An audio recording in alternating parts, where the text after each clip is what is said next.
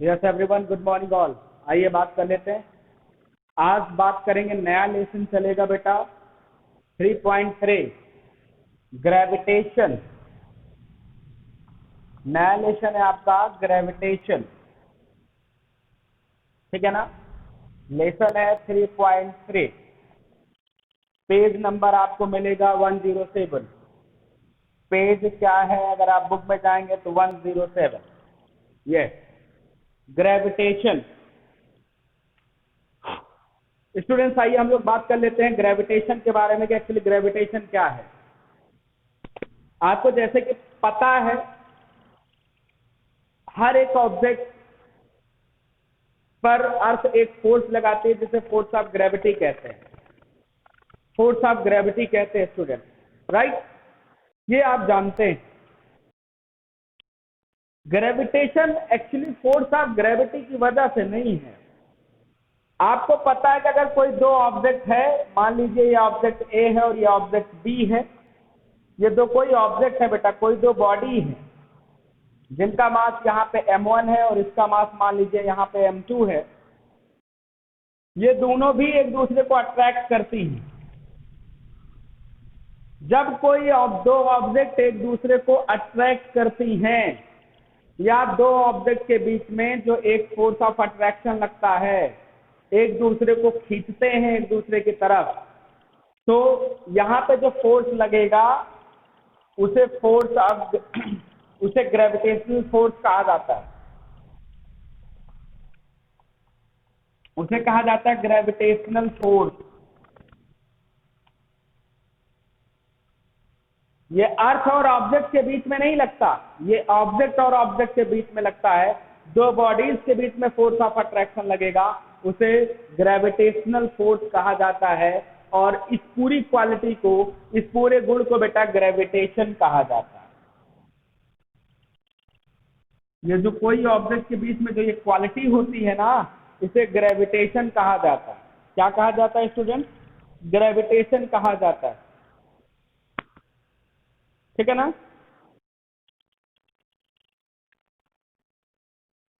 ठीक है, तो ग्रेविटेशन हेडिंग लेशन है आपका।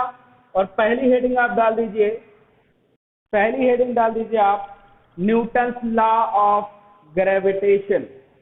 पहली हेडिंग फिजिक्स में डालेंगे न्यूटन्स लॉ ऑफ ग्रेविटेशन। ये पहली हेडिंग है इस lesson, Newton's law of gravitation.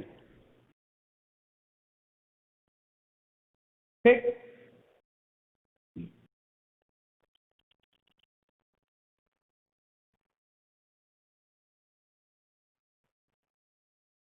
लिखेंगे according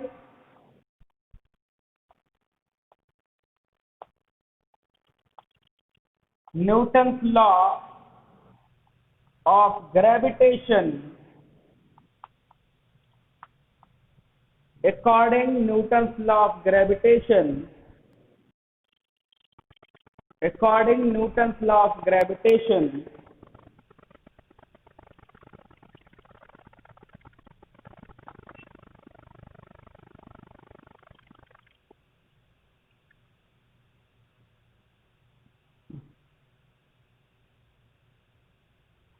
according Newton's law of gravitation,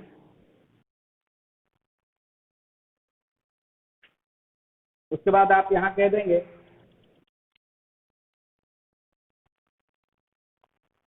the force of, लिखेंगे the force of attraction between two object is directly proportional to the product of its masses product of its masses and universally proportional, universally नहीं, inversely होता है, याद रखिएगा, inversely proportional product of its masses बेटा, its masses product, product, product of its masses and universally proportional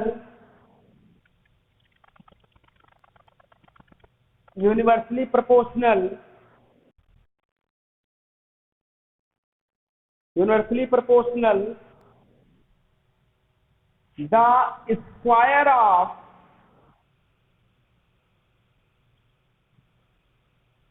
inversely proportional the square of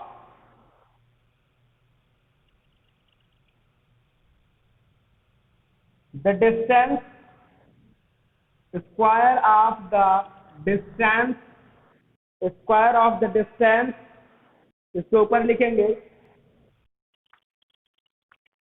between both bodies,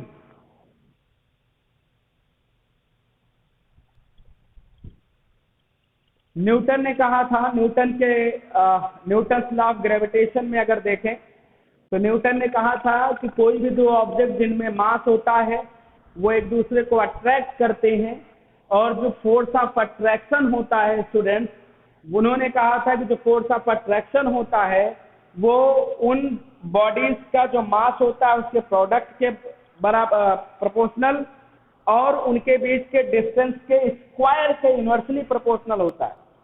आइए देखेंगे क्या है बात, थोड़ा सा आगे आएंगे, इसका मैथमेटिकल प्रेजेंस देखेंगे तो क्या है ये देख लेते हैं स्टूडेंट, इसी के आगे करेंगे।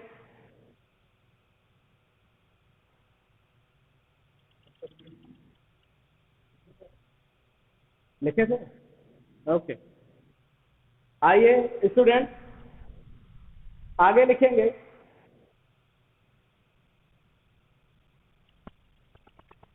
Now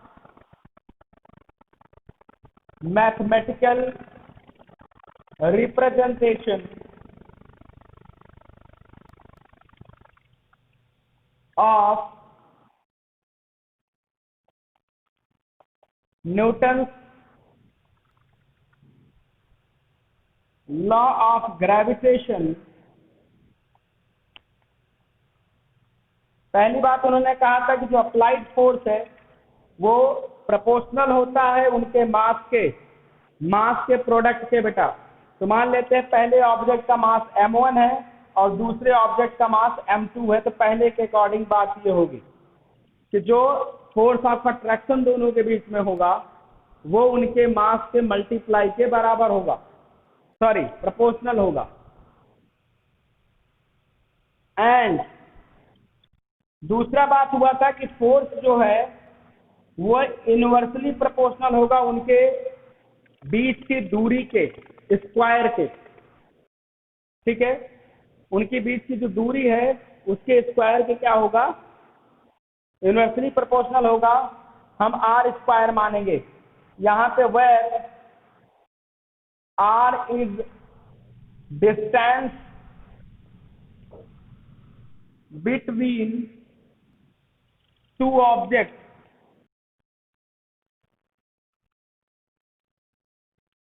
स्टूडेंट ये लिख लेंगे दोनों, ये क्वेश्चन नंबर सेकंड है बेटा, ये सेकंड क्वेश्चन नंबर।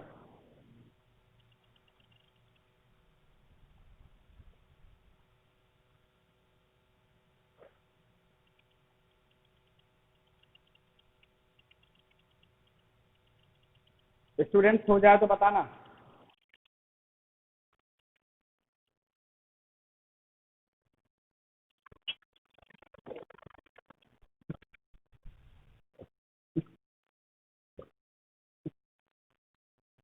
बगल में एक फिगर भी बना लेना, छोटा सा मैं बना रहा हूं जिससे ये चीजें आपको थोड़ा समझ में आ जाएगी। कॉपी के राइट साइड में फिगर बना लेना, कि अगर मान लेते हैं कोई ऑब्जेक्ट ए है, कोई ऑब्जेक्ट क्या है, ए है, उसका मास क्या है, m1 है, और एक दूसरा कोई ऑब्जेक्ट है बेटा ये बी है और उसका मास m2 है। तो ये जो डिस्टेंस है एक्चुअली बेटा ये r, कैपिटल R इनके बीच की दूरी की बात है। ये ऐसे बना लेना, तो बिल्कुल ऐसे कॉपी में बना लीजिए आप। ए और बी कोई दो ऑब्जेक्ट है, उनका मास m1 m2 है, उनके बीच में जो डिस्टेंस है वो r है। तो उसी पे हम ये बात कर रहे हैं बेटा, ये जो बातें हैं उसी पे चल रही है। इक्वेशन फर्स्ट और सेकंड को मिला दे तो क्या होगा, इक्वेशन फर्स्ट और सेकंड को मिला दे तो क्या होगा बेटा, ये देख लेते हैं। लिखेंगे from equation first and second, तो f प्रोपोर्शनल हो जाएगा m1 m2 अपान का कैपिटल R का स्क्वायर।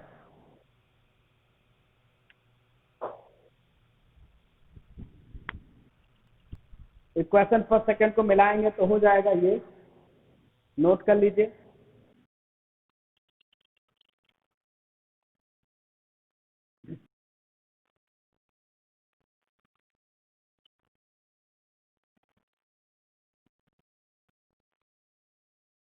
कर लिया बेटा, कर लिया होगा, बहुत ज्यादा नहीं है, यहाँ पे मैं कर दे रहा हूँ। बेटा प्रोपोर्शनैलिटी के मार को हटाएंगे तो एक कांस्टेंट जुड़ जाता है, तो हम f इज इक्वल टू करेंगे कैपिटल G। प्रोपोर्शनैलिटी को मार को हटा करके जैसे ही हम इक्वल लगाएंगे तो एक कांस्टेंट हमें जरूर जोड़ना पड़ता है, वो हमने कैपिटल G को जोड़ दिया और हो जाएगा m1 m2 अपान R स्क्वायर। ये फार्मूला नोट कर लीजिए, ये फार्मूला नोट कर लीजिए।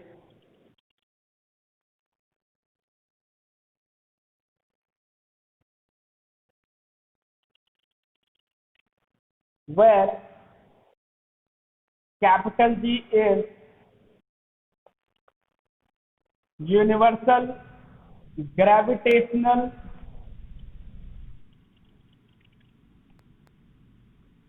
constant, where capital G is gravitational universal gravitational constant है, जिसकी वैल्यू जो होती है बेटा वो लिख लीजिए,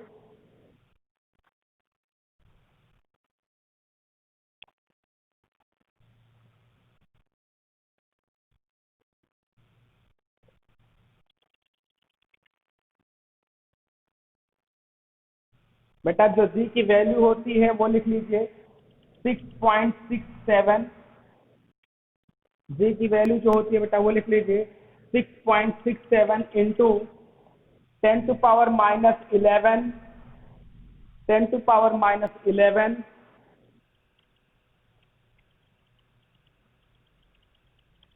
Newton metre square upon kilogram square. ये जी की वैल्यू होती है बेटा, कैपिटल जी का न्यूमेरिकल वैल्यू ये होता है, नोट करो।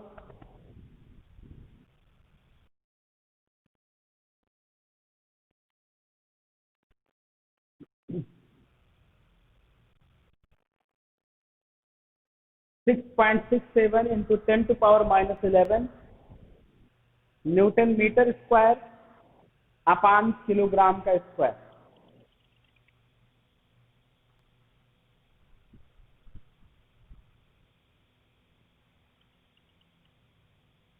स्टूडेंट हो गया, कर लिया बेटा, अच्छा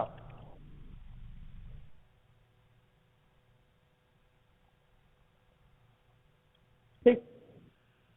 आइए एक सवाल कर लेते हैं बेटा, क्वेश्चन कर लेते हैं।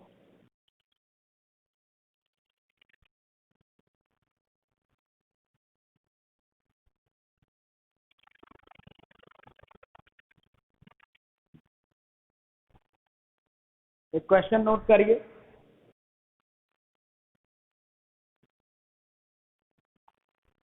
Find the force of gravitation find the force of gravitation between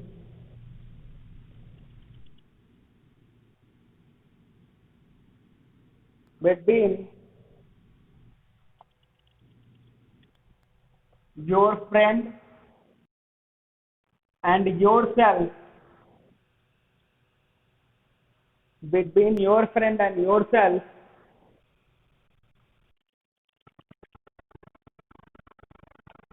if the separation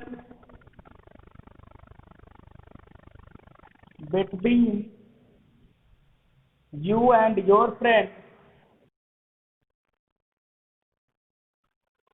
is 1 meter,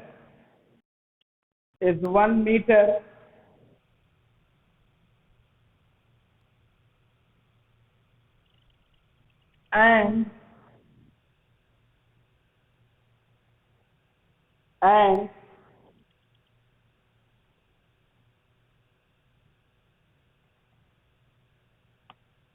weight of you both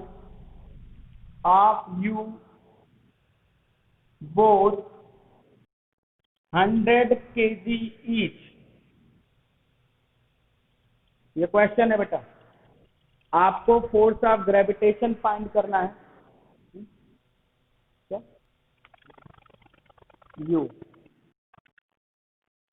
and your friend is 1 meter. You and your friend is 1 meter, and weight of you both 100 kg each. Question note हो गया बेटा? Question note कर लिया? आइए बेटा solution करते हैं, solution करेंगे. ओके,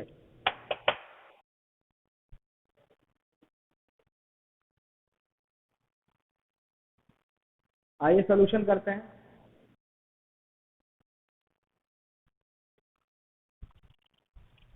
आपको पता है कि m1 is equal to m2 और दोनों 100 kg दिया है. आपको पता ही है. r जो दिया है बेटा, r डिस्टेंस दोनों के बीच में 1 मीटर है. क्या दिया है? 1 मीटर है.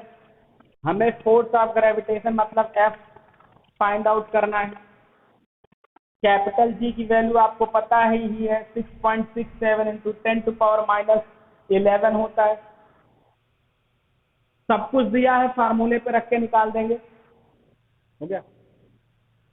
सब कुछ दिया है बेटा, फार्मूले पे रख के निकाल देते हैं. हमारा फार्मूला क्या है? फार्मूला हमारा है F इज इक्वल टू जी. जी की वैल्यू बेटा यही है ना. जी तो क्या है? यूनिवर्सल ग्रेविटेशनल कांस्टेंट है, जिसकी value 6.67 into 10⁻11 newton metre square upon kilogram square होता है. ये बताया ना अभी. तो m1 m2 अपान का r स्क्वायर यही होता है. वैल्यू रख दो. जी की वैल्यू 6.67 इंटू 10⁻11. ठीक है, ये हो गया.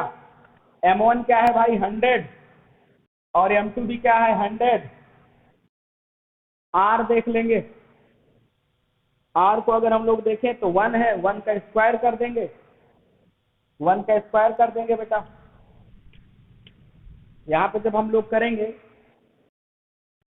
तो ये 100 का मतलब 10 की पावर 2, 100 का मतलब 10 की पावर 2, मतलब मल्टीप्लाई में 10 की पावर 4, और ये मल्टीप्लाई में जोड़ देंगे तो 6.67 इंटू 10⁻11 ये हो गया, और प्लस 4 कर देंगे तो आ जाएगा 6.67 इंटू 10⁻7. ठीक है, हाँ यही है. तो आपका जो फोर्स आ जाएगा, फाइनली जो आंसर आएगा वो F इज इक्वल टू आ जाएगा 6.67 इंटू 10⁻7. फोर्स का यूनिट न्यूटन है. ये आपका आंसर है.